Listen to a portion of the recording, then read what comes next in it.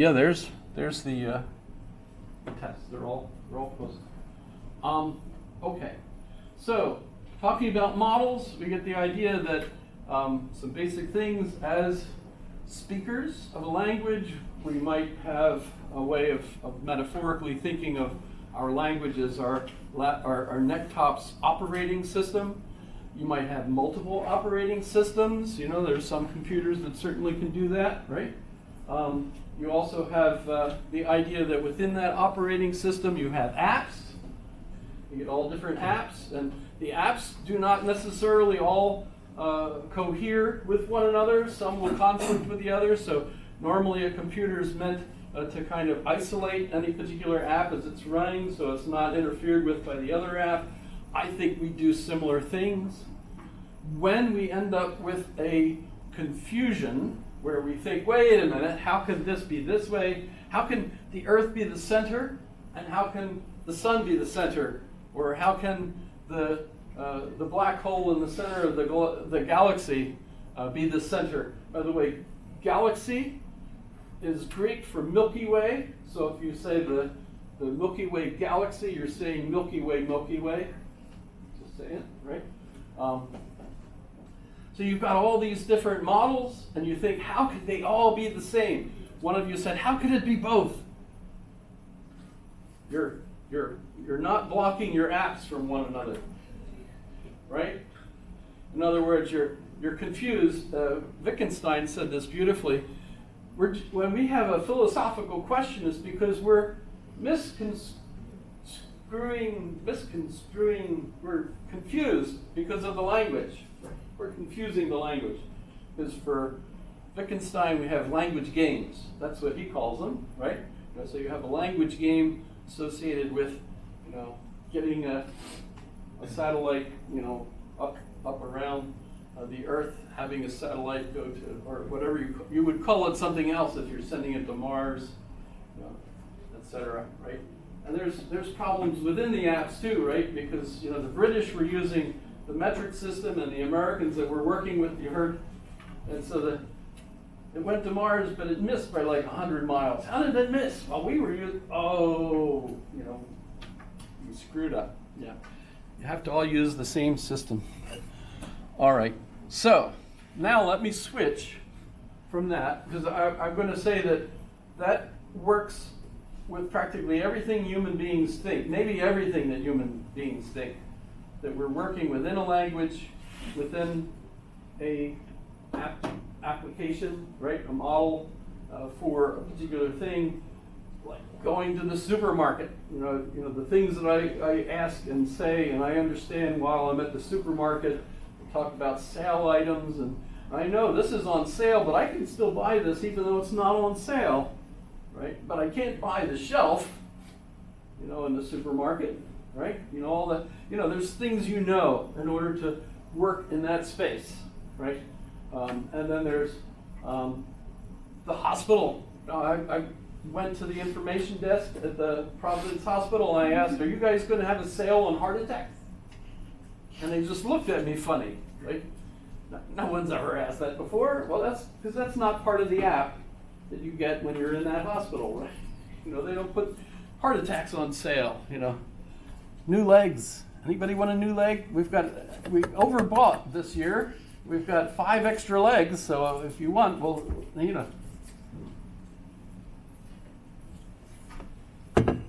Sorry. Okay. So now let's go to Plato and pick up where we left off. Socrates was found guilty at the end of the Apology. The next dialogue in line is the Crito.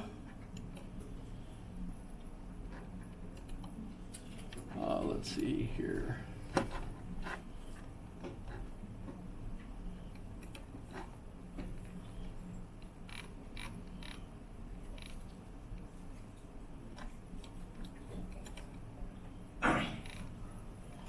Crito is interesting. Crito, I think, is the same root where we get critical thinking, Crito. By the way, Plato, his name is a nickname. And it means broad. Like plate, we use plate or plateau, right? Same. And why was he called Plato? Because he was so broad. Why? Well, he was supposed to be broad-shouldered. He was a good wrestler. Some say because of his broad knowledge. Well, that doesn't make sense when he was a younger kid. And in the trial, he's one of the members sitting in the jury, basically, and he's only in his 20s there, and yet he's referred to as Plato at that point. But his given name is Aristocles. Aristo meaning the best, and Cles, the honor of the best. And as you can see from studying his philosophy, his name is exactly right for that philosophy, because basically he's giving us the idealistic view where there's an elite, the glory of the best. Aristocrats. Right? The aristocrats, yes. So again, I'm puzzled, are these names given to them because of their work, or did the name come first? I don't know. There's a PhD in it for somebody to go and explore all of that. So in any case, Socrates is in jail. And remember, you can look up the jail. You could probably even visit it if you feel like going to Athens and suffering in the heat. It's not my fault. Well, partially, because I live in Alaska, where we use the most carbon of anybody in the world, probably, in order to heat our homes and get our fresh fruit from Chile and everything. Sorry about that, but I'm not leaving either, right? But in any case, Socrates is in prison, in the cave there in Athens, and Crito comes to him and explains that his friends have all bribed the guards, and everything's all set up for Socrates to go. Let's go. We're leaving. Except that Socrates surprises him by saying, I'm not going. And that's infuriating because, well, everyone's going to think your friends were not very good friends, that we wouldn't have spent the money to bribe the guards for you, etc., etc. But Socrates says, Athens is my mother, and literally, even though I think she's wrong about the jury, choosing to say that I'm guilty, I'm not going to disobey my mother. So she says I should stay here and be executed, and so that's what I'm going to do. That seems absolutely crazy. Principles over self-preservation, not for that. And that's partly what we get out of this. The principle of doing what I'm supposed to do, regardless of my own well-being, is what I ought to do. That's the higher virtue. And plus he says if I were to do that, and I went and we were talking about philosophy, and I were trying to teach my views, and somebody would say, but Socrates, you yourself broke your own principle, right? So that wouldn't be very good. And so on. So that doesn't go anywhere. And the next one is the Phaedo. Notice all of these are here, so you can see all of the works of Plato. And if you go to the Phaedo, so the Phaedo, this is the death scene. So Plato's not actually there, so if you watch the Steve Martin, I think it was Saturday Night Live, Steve Martin did a sketch over the death of Socrates, and Plato is one of the characters, but Plato isn't actually in the Phaedo. But the family's there, and he says goodbye to them, and they leave, and then they have an argument, and the argument is primarily over the soul, the nature of the soul, because as far as Socrates is concerned, death might be a release, might be a good thing, actually, for him. And so... You mean like the only way you can find form? The difference between the form and the physical is that his mind's out, he's going to see his form. So this does lead beautifully into Plato's philosophy. This is, I think, still considered an early dialogue because it's more like what they think Socrates was like. But you still get this argument here that the soul, and this is neat, because we just talked about, the definition of a point is that which has no parts. I didn't delay over that, but if you think about it, a point is that has no parts. Is it there? Has no parts. How could it be anywhere if it has no parts? What is it that is somewhere? And Socrates argues that the soul has no parts. By the way, the one quiz question that I have, if you saw it, was, imagine Jesus comes to your door, knocks at the door, says, hello, I'm Jesus. You recognize him and you know he's God. So this is hypothetical, right? So you know this is God at your door. And Jesus says, sell everything you have, give the money to the poor, and come follow me. So the question I have for you is, do you go with him? What choice do you make at that point? Or do you argue with him? What's it going to be, Lord, fish and chips all the way?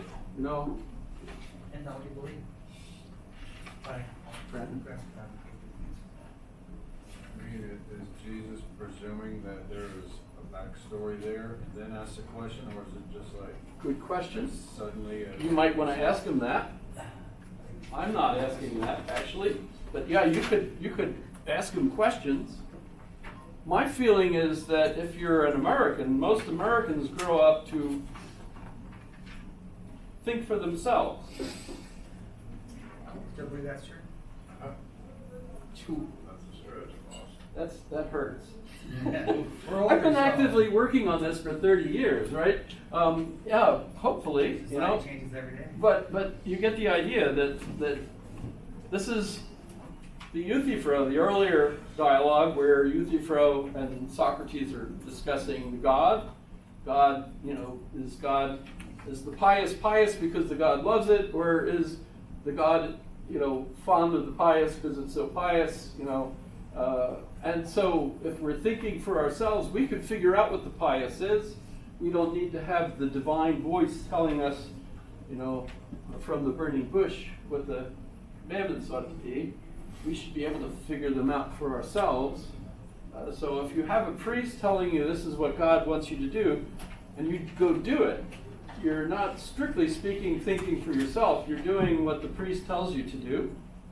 And Socrates is suggesting that you'd be better off thinking for yourself instead of doing what anyone says, they've got a divine message, how we should do this, right? And here's Jesus coming in and saying, I'm the divine, personified, literally, and I'm telling you this is what the divine is. You should live this way, right? And basically, the understanding we have over history is that what Jesus wants is us to lead an ascetic life. Basically like the monastery, the monks in the monastery or the nuns in the convent, giving up ownership of things, right? And if you think about it in the modern context, wow, one of the reasons we have global warming is because we've manufactured so many goods and things that we all like and are enjoying. That's capitalism, right? And in a sense, Jesus is totally against it. So that's the question I pose, as an example of the question that Socrates asks Euthyphro, right? So that's a quiz question. But I do have a second quiz question that you're welcome to answer too, and that is, do you have a soul? And if you do, what do you think it is? Because for Socrates and the Phaedo, the soul, and this is Plato, the soul has no parts. And if it has no parts, what are the characteristics of things that have no parts? Theoretically, it's all theoretical, right? It's a model. Plato's giving us a model here, right? And saying that your soul is not physical, it's invisible, it's abstract. just like the good, just like all the virtues, the true virtues, the ideas even of the best table are actually not a physical table, but something abstract, right? And in their way of thinking, abstract ideas have no parts. And as a result, in their model, ideas cannot be constructed, nor can they be destroyed. Because if you construct something, you're taking parts and putting them together. If you're destroying something, you're breaking